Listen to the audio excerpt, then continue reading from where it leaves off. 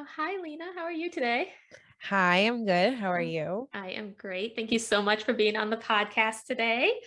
So, if you want to start with telling us, who are you and what do you do in this world? Oh God, that's Yeah, a loaded it's a big question. question. Yeah. Starting off with the hard ones. Yeah. Okay. Um, my name's Leena Lemos, as you already said. I'm the founder of House of Enlightenedhood. It is a community-owned spiritual organization where I'm trying to get the gist of saying that because we're going through a transition period. So I'll back up and then kind of explain what that means. And then I also have my own podcast, House of Enlightenedhood. I have written a book, Dear Luna Wilde, which is over there, which is 2.5 years of letters worth to my daughter, just documenting my journey, my spiritual awakening, motherhood, all of the things. And then I also am the co-founder of a women's circle organization called Sisters of Sirius. So we do healings, meditations, energy activations, those types of things. And so that's the gist of it right now.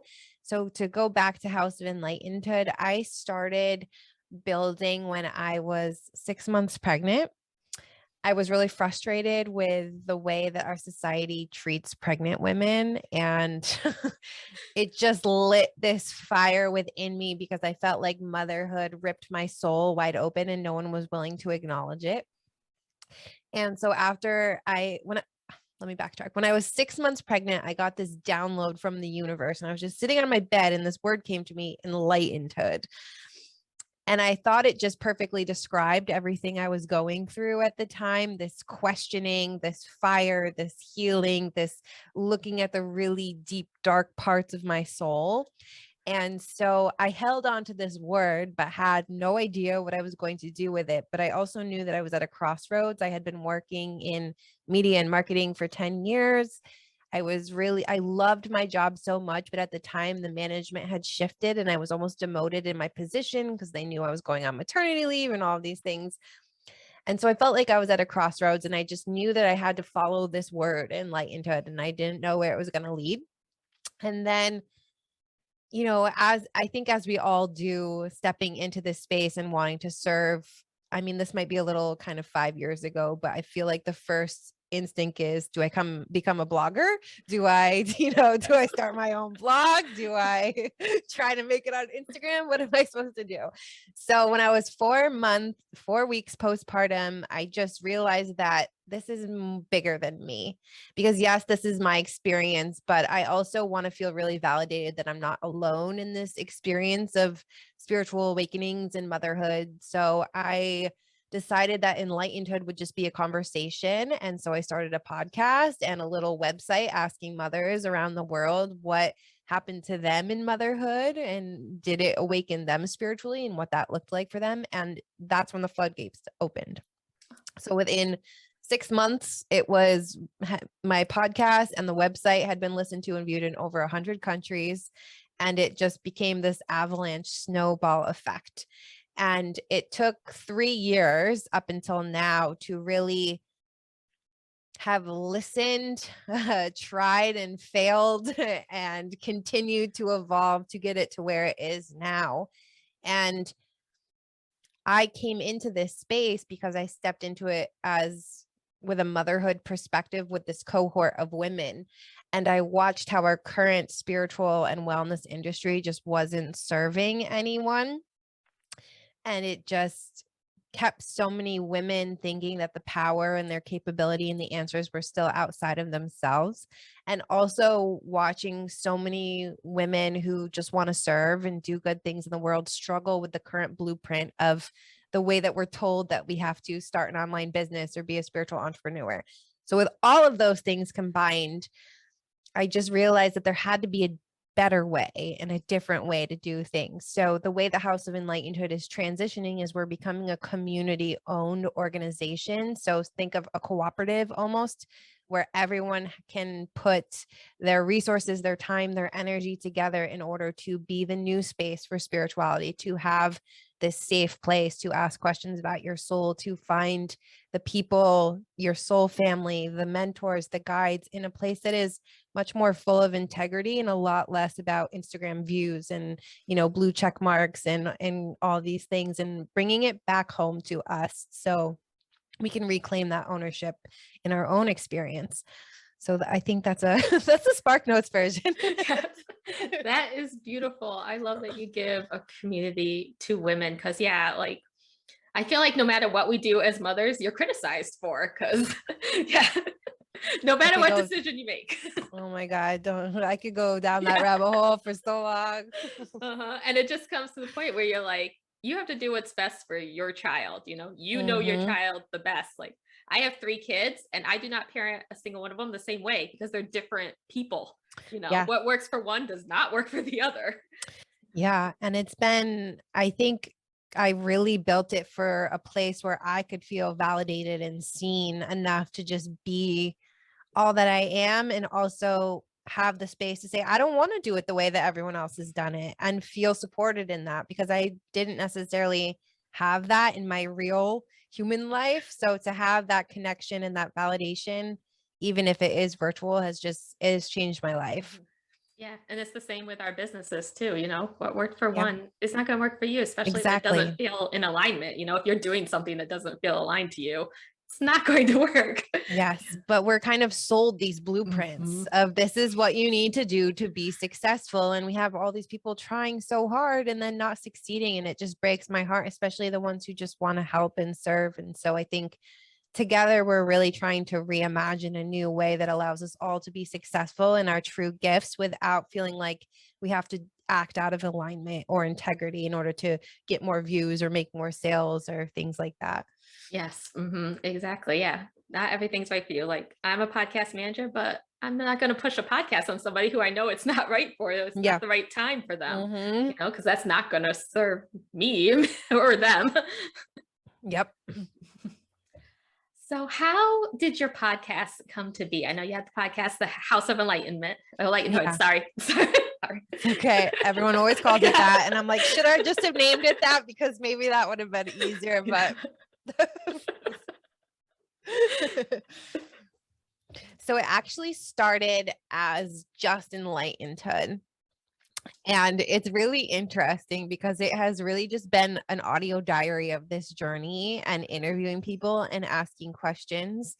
And so the first season started out as Enlightenedhood, and it was very much just interviewing mothers and talking about spirituality intertwined with different topics, but mostly about the motherhood experience. Then I started to branch out a little bit in season 2, and it became talking to not just mothers, but more about still that really grounded spirituality. And then when was it? The fall of 2020, I had been working towards building out Enlightenedhood to basically be this spiritual hub for moms. But we were also 5 months into the pandemic, and I had been doing really, really deep shadow work to the point where just serving moms didn't feel in alignment with me anymore. And I really wanted to help everyone, because what about the women who are going to become mothers? What about more than women? What about us healing as a human collective? And it was kind of serendipitous at the time that my business partner left because she had personal stuff going on, which kind of beautifully burned everything to the ground. And so I went to the beach, just sitting, asking, do I give up? What am I supposed to do? Is this a sign that this is just not working? And I just saw this really beautiful image of people from all walks of life coming together. And I just heard build the village. And so that's when I decided to shift it and transition it to being House of Enlightenedhood, a place where all of us can come and have that safe space to explore, heal, ask questions, find community. And so then the podcast shifted with that and became House of Enlightenedhood. And I just finished season 4, 101 episodes. And so season 4 was actually the first season I started interviewing men too, which was really great to have on the podcast, but still just these topics that we need to know in order to have that power and that ownership over our journey, and to know that we're not alone and nothing's too weird. That's what I'm all about. So finding that spirituality, but in an accessible way that doesn't feel like we're going down all these jargon rabbit holes, or it feels inaccessible to people. Because I think there is a little bit of, I say this with so much love and compassion, but pretentiousness in the spiritual industry. Like, we're better than you because we wear all these different clothes and use these words that you don't understand and all these things. And I think that just keeps the separation from our healing and accessing that. So my goal is really to, how can we bring it back to ourselves and remove all the bullshit and the sparkly things, and really talk about the nitty-gritty balance between what it means to be a soul and what it means to be a messy human, and how do we intertwine that conversation. Oh, I can't wait to listen to some of those episodes. And I love how you just changed as you evolved and realized what's more aligned with you, because nothing's permanent in our business. You can change the name, you can change your colors or branding or anything. You can change even what you do as long as it's aligned with you. And actually, at the end of season 3, I had decided I don't want to do this anymore. And so I recorded an episode that was like, goodbye forever. And then 4 months later, the universe gave me that nudge. You're not done. We still need to have these conversations. So that I was like, I'm back. Just kidding. Surprise. Here I am. See, and it works. Yes. You can do, it's your business. Do what feels good to you. Yep. Yes. So with your podcast and the House of Enlightenedhood, how has using the power of your voice helped you with your journey, with helping other women, or now men? Oh my gosh. It has. I have reflected so much on this in the past few months, but my podcast has given me everything that I have in my life right now, in being the one to speak up and say the things that maybe no one wants to say, or has too much shame to say, or thinks that they're the only one experiencing. In doing that, I have not only found that I am definitely not the only one, and have been able to validate so many other people's experiences, but also just find the people that I just resonate with on such a soul level. And I think that's just so important, because the more that we can use our voice and share our truth, the more the world gets to see who we truly are, and the more we get to find the people that align with who we truly are. And so it has helped me just be vulnerable too in every single aspect of my life. I feel like I'm more willing now in my day-to-day relationships to say those things, this really hurt me, or this is what I want, or this is what I need, or this is what I think and how I feel, and feeling more confident in having those conversations. And I think it's just a really beautiful ripple effect when we can use our voice and feel confident in that, because I definitely didn't in the first, maybe even 2-3 years. It took a really long time for me to just feel comfortable in just speaking. I think at the beginning of my podcast, I was really hypercritical about what I would say, with the ums and the ands and, a few misspoken words. And I think that's part of the journey too, is realizing that no one is paying attention to those things except for you. And that's okay. And it's part of the learning to feel enough as you are, and not feel like you have to be anything more than that. And so I think using your voice and speaking is just the path that you go on. And it's really beautiful to have watched my words help someone else and resonate with someone else, and give someone else that spark that they need to say, oh, I can do it too. And that just that at the end of the day, that's the most meaningful part of any of it. Yes, because they're going to connect with you and your story and the way that you say things, because we all have our own unique perspective. So even if somebody else is saying, 100 other people could be saying the same thing, but that one person is going to connect with the way that you're talking about it, your story with it.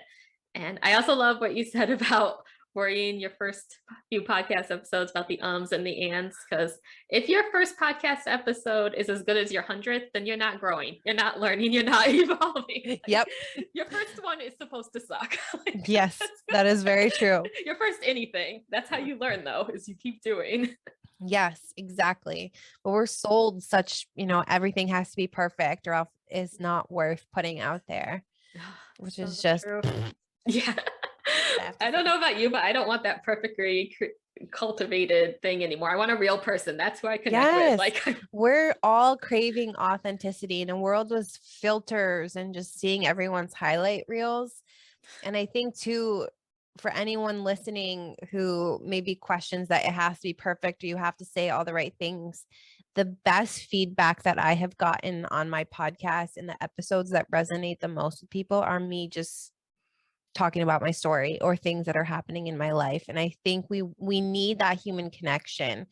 And so I think being able to find that balance between sharing who you really are as a human and that authenticity mixed in with your wisdom is just the way to go. And I think we've almost with Instagram have so much like people just yelling at us and telling us what to do all the time when we're like, no, we just want to connect on a human level and know that our stories and our experiences are worthy. And to see that in someone who we admire and who's doing the things that we want to do, I think is really, really important.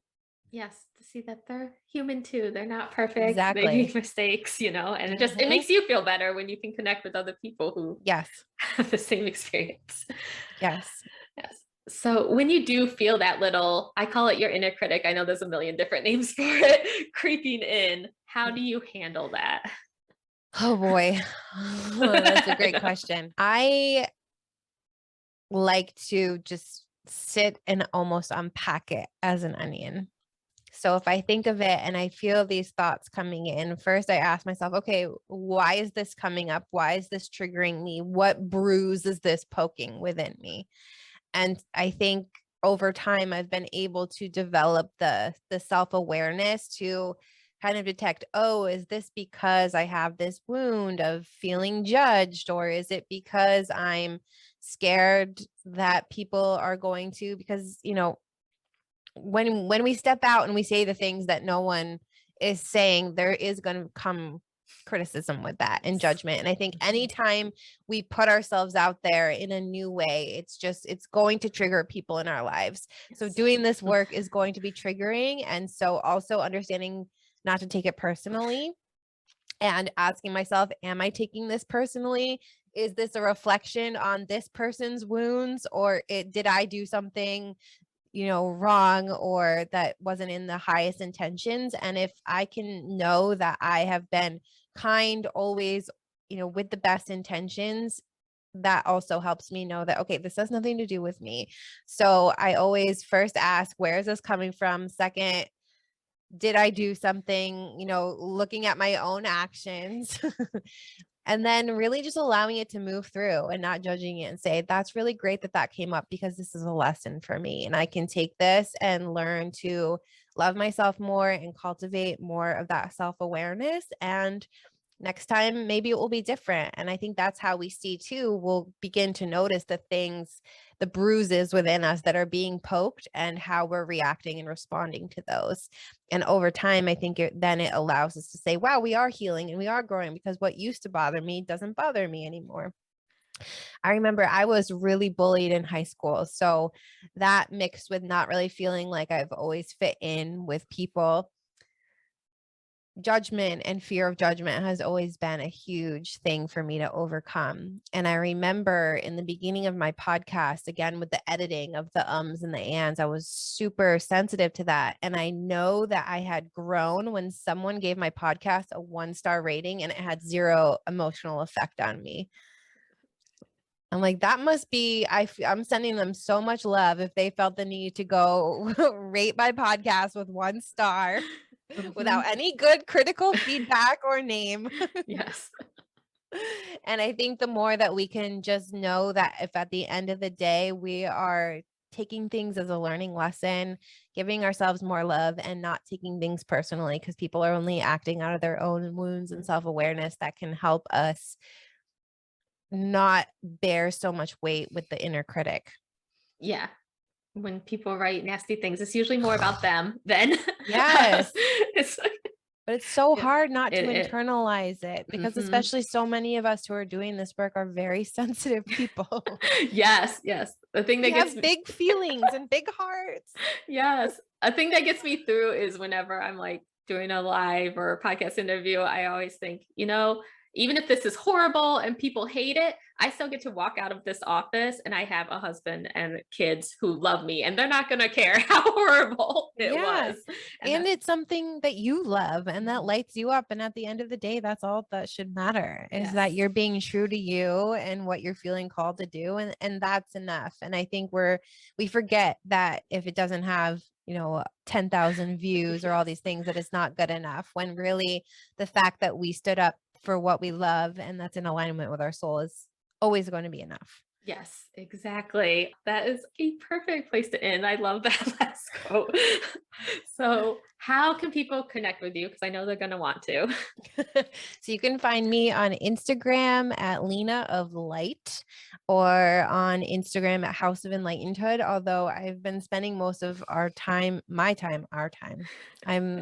I guess I'm a lot of people today, spending most of my time in the House of Enlightenedhood platform, which is hosted on Mighty Network. So it's a free community. I don't know if you're familiar with Mighty Networks, but it's very much one part social media, has all the features, and then we also have a lot of resources for spiritual journeys and paths in there. So I've really been working on connecting with all of our community members as we go through this huge transition to become a community owned organization. And so I've been really trying to divest my time from the platforms that that don't feel in alignment Yes. anymore, and to spend time with the people and the platforms that do. So but I always check Instagram and stuff, so you can connect with me there.